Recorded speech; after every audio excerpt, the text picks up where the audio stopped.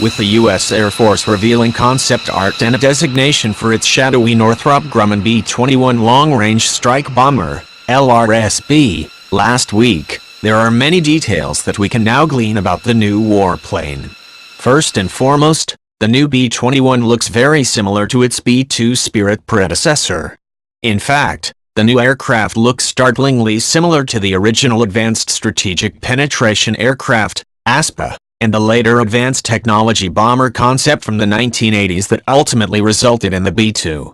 But the Spirit was redesigned late in the game to operate at low altitudes after Dr. Paul Kaminski's current chairman of the Defense Science Board Red Team cautioned that the B-2 might have to resort to low-level penetration as the Soviets built new, more capable radars, as legendary Aviation Week journalist Bill Sweetman points out in his book Inside the Stealth Bomber. The redesign caused a decrease in range and payload, as well as a larger radar cross-section.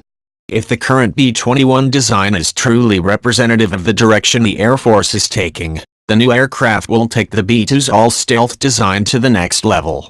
Particularly, the B-21's low observable design will be more effective against low-frequency radars operating in the UHF and VHF bands, which are increasingly coming into vogue as a means to counter stealth aircraft.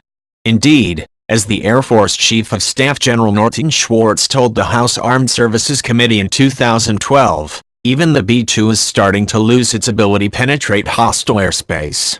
The technology on which they were designed with respect to signature management is 80s vintage, Schwartz told the committee, adding, "The reality is that the B-2 over time is going to become less survivable in contested airspace."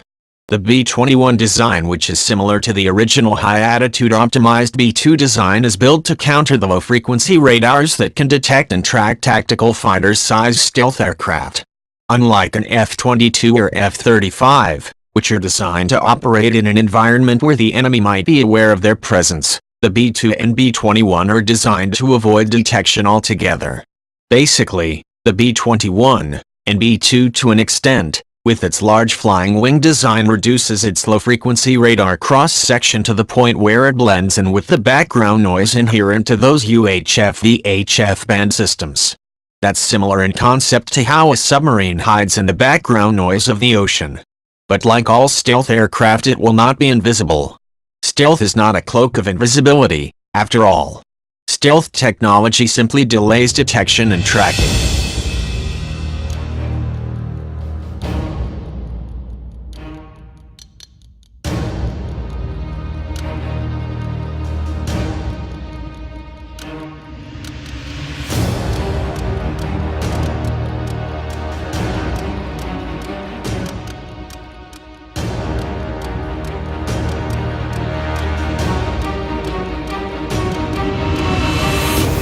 While the Air Force's rendering of the B-21 gives us some clues as to the configuration of the new aircraft, most of its other parameters remain unknown. The B-21's size and payload will largely be determined by whatever propulsion system is readily available to power it. Given that the LRS-B is slated to enter into service in the mid-2020s, the aircraft will necessarily have to use an existing engine design. Moreover, that engine must have a profile conducive to a stealth aircraft. That would almost certainly rule out a commercial airliner engine derivative with a large bypass. Such an engine would have an extremely large diameter even if it is highly efficient. A more likely choice is a derivative of an existing military engine that is already in production. Possible choices could include unaugmented derivatives of the F-15 and F-16's Pratt & Whitney F-100 or General Electric F-110. The F-110, though an aged design, would give the LRS-B commonality with the Rockwell International B-1 Lancer and Northrop B-2 Spirit, both of which use engines from the same lineage. The B-1's F-101 was derived into the F-110, which in turn was derived into the B-2's F-118 motors. An F-110 derivative does have its advantages, but the most likely candidate to power the LRS-B is an unaugmented version of the Pratt & Whitney F-135, which in its current state offers roughly 28,000 pounds of dry thrust. With some tweaks, such as an increased bypass ratio, a version of the F-135 could probably produce more than 30,000 pounds of thrust while potentially increasing fuel efficiency. With two such engines, an LRS-B would have less than the roughly 70,000 pounds of thrust available to the B-2, but there are indications that the B-21 is smaller than the Spirit. While the LRS-B might be provisioned to accommodate whatever engine ultimately comes to fruition from the Air Force's Adaptive Cycle Engine program, variously called Advent, AETD and AETP, if the service is serious about an initial operational capability date around 2025, the new bomber will necessarily use an existing propulsion plant. It takes a long time and large sums of money to develop a new turbine engine. It's also not an endeavor without risk. Look no further than China's frustrated efforts to develop an indigenous jet engine. If one accepts the premise that the B-21 will be powered by twin unaugmented F-135 engines, one can then assume that the new bomber will be larger than a Boeing F-15E Strike Eagle or General Dynamics F-111 but smaller than the B-1 or B-2. Given the types of threats from low-frequency radars that are projected to be out there in the future and the limitations of current low observables materials, B-21 subsonic flying wing design will be large enough to counter low-frequency radars. A tactical fighter-sized stealth aircraft must be optimized to defeat higher frequency bands such the C, X and Q bands as a simple matter of physics, but a strategic bomber like the B-2 or LRS-B can be larger to counter lower frequency radars. There is a step change in a stealth aircraft signature once the frequency wavelength exceeds a certain threshold and causes a resonant effect. Typically, the resonance occurs when a feature on an aircraft such as a tail fin is less than 8 times the size of a particular frequency wavelength. That means a bomber like the B-21 has to have allowances for 2 feet or more of radar-absorbent material coatings on every surface, or the designers are forced to make trades as to which frequency bands they optimize the aircraft to operate in.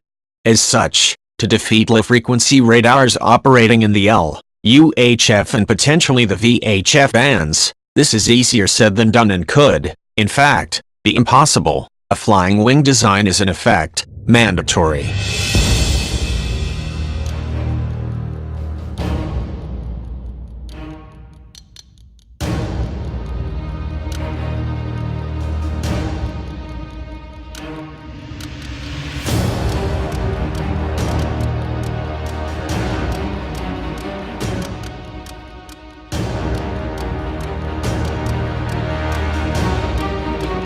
There are also indications that the Air Force is planning on building significant electronic attack capability into the B-21 airframe, in the LRS family. Electronic attack capability is necessary to counter low-frequency radars operating in the VHF band, which are nearly impossible to defeat with airframe shape and low observable materials alone. The fact is that despite the Air Force's public narrative that aircraft like the F-35 can go into a high-threat zone alone and unafraid, the service's own experts at the Air Force Warfare Center recognize the value of jamming. Stealth and electronic attack always have a synergistic relationship because detection is about the signal-to-noise ratio. Low observables reduce the signal, while electronic attack increases the noise. An improvement would be to include that presumably these platforms would be used in coordination with other platforms and weaponry so as to increase the noise from which to hide within, one Air Force official with stealth aircraft experience told me. Who wants to sort through a pile of hay for a needle when there are plenty of obvious needles that one should concern themselves with an outside of the haystack? If the LRS-B is somewhat smaller than the B-2, the designers have to pick between range and payload.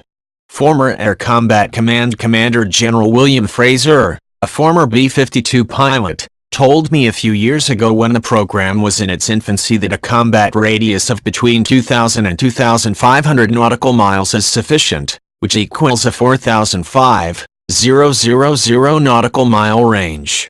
All points on Earth are within about 1,800 nautical miles from the closest body of water. Thus, one can assume that the LRS-B will have at least that much range with whatever space left over being dedicated to its payload. The LRS-B doesn't necessarily need to carry the same amount of weaponry as the B-2, it just needs to carry the biggest available weapon, maybe just one GBU-57AB massive ordnance penetrator, MOP, instead of 2. In terms of avionics, the Air Force appears to be doing something smart. The aircraft will apparently use an open architecture computer system, which means that the LRS-B won't be hamstrung with antiquated avionics and ponderous processes to integrate new weapons and hardware like what happened with the Lockheed Martin F-22, for example. The aircraft will also be nuclear capable from the get-go, though it won't be certified to perform the mission until later. That's not surprising and had been reported as early as 2011 during General Northrop's tenure as Air Force Chief of Staff. The service also plans for the LRS-B to be optionally manned. However, the chances of operating a $550 million aircraft without a pilot on board are laughably small.